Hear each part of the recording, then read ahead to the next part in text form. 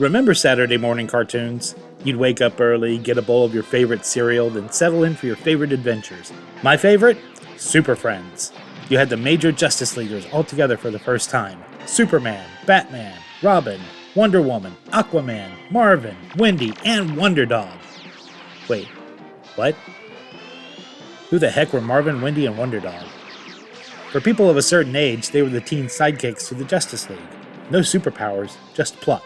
After one season that was rerun from 1973 to 1976, they disappeared without a trace. So what happened to them? Let's find out. This is your pal the Living Dad from Mid-Morning of the Living Dad, and today we're going to find justice for the lost Super Friends. Part 1. Who?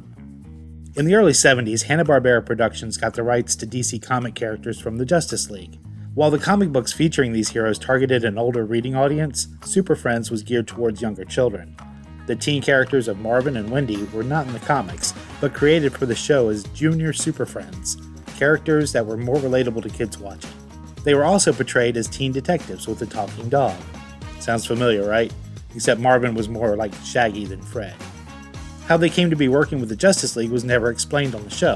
However, in 1976, a Super Friends comic book provided a little backstory, naturally created after the fact.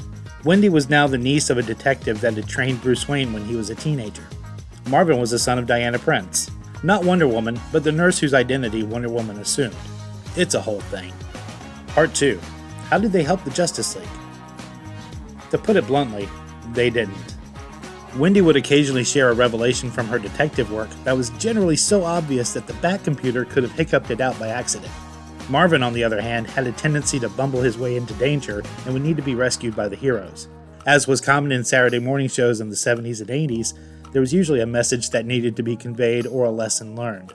Marvin would often be the one who had to learn that lesson.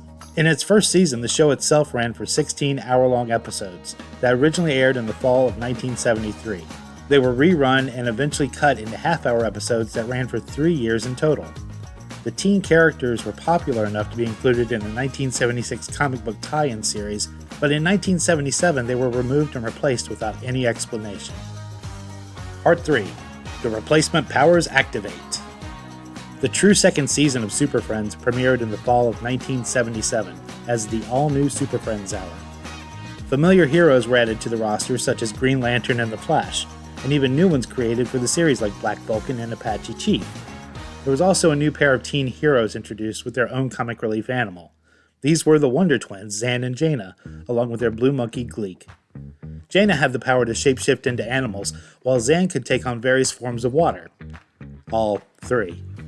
Armed with their power rings and snappy catchphrase, Wonder Twin Powers Activate, they effectively erased the memory of their powerless predecessors. Younger viewers new to the series accepted the heroes with open arms. Viewers from the original season also liked them, which made the absence of the original three easier to accept. Part 4. Never Heard From Again. Before you argue that Marvin, Wendy, and Wonder Dog appeared in the comics well into the 2000s, you would be correct, but they were variations of the original characters. In some iterations, they were genius hackers. In others, they were also twins. The Wonder Dog was portrayed as just their loyal pet, and once even as an evil alien dog who eventually killed Marvin and crippled Wendy, who herself went on to become an ally of Barbara Gordon's Oracle. However, these were not the comically inept or ineffective characters from the original series, merely an homage. Something to make older readers go, "Hey, I remember them." Did you have a favorite Saturday morning cartoon that was weekly appointment viewing? If so, let me know down in the comments. Also, make sure to like, subscribe, and ring the bell to be notified about more videos like this one. We'll see you next time. Thanks for watching.